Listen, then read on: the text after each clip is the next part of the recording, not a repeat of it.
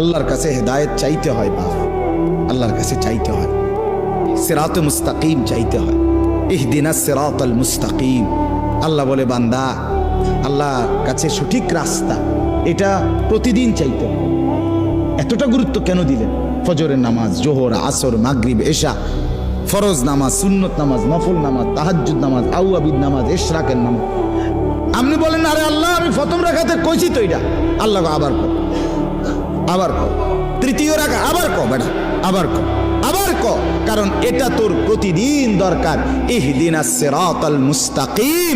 এজন্য আল্লাহ বলে পুরা কোরআন অন্য খান দিয়া, আজকে এদিক দিয়া, কালকে এদিক দিয়া, এই নামাজে এইখান দিয়া, ওই নামাজে ওইখান দিয়া, এই রাকাতে এইখান দিয়া, ওই রাকাতে ওইখান দিয়া বলতে পারো, কিন্তু সিরাতে মুস্তাকিম প্রত্যেক রাকাতে চাইতে থাকো।